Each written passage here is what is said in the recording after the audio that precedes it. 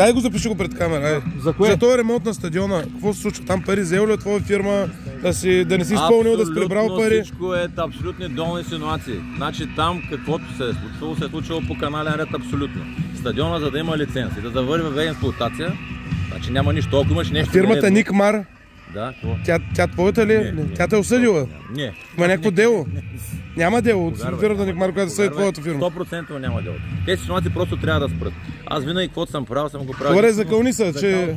Заклявам се, никакви пари не съм взимал, абсолютно нищо на никой не дължа по този казус, да знаете. А за бъдещето на Спартак, какво мога да кажа? Моля ли гарантираме на хората, че е спокойно?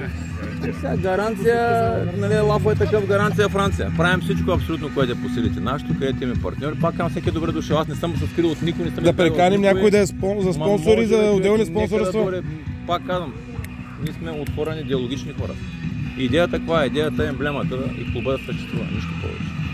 Добре, благодаря, дано всичко да е точно, но да се надяваме, че сте точни вие, защото ако нещо се случи, което не е редно, ведно за Спартак ще потърси отговорност. Естествено, да.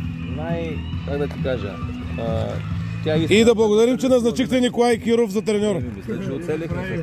Един от най-добрите треньори в България.